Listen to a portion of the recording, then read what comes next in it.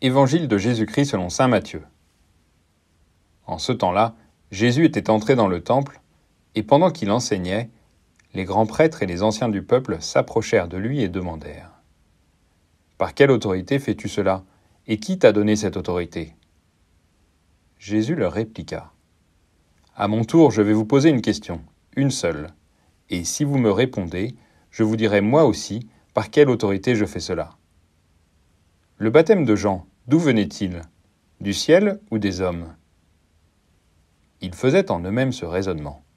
Si nous disons du ciel, il va nous dire : « Pourquoi donc n'avez-vous pas cru à sa parole ? » Si nous disons des hommes, nous devons redouter la foule, car tous tiennent Jean pour un prophète.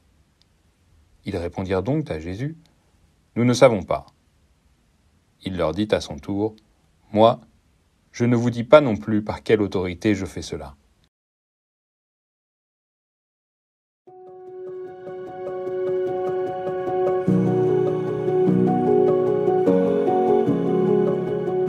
Dans l'évangile d'hier, déjà, Jésus avait posé des questions au sujet de Jean-Baptiste.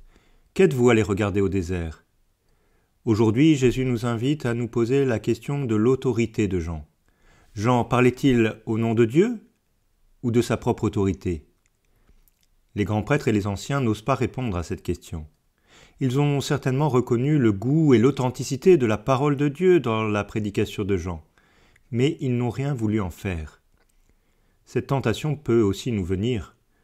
Nous pouvons reconnaître des points de conversion que nous avons à vivre, peut-être en particulier pendant ce temps de l'Avent, mais nous trouvons tout plein d'excuses pour ne rien en faire. Alors quelle pourrait être cette invitation à la conversion que je pourrais accueillir aujourd'hui en demandant au Seigneur le courage nécessaire pour la mettre en application ? Le Seigneur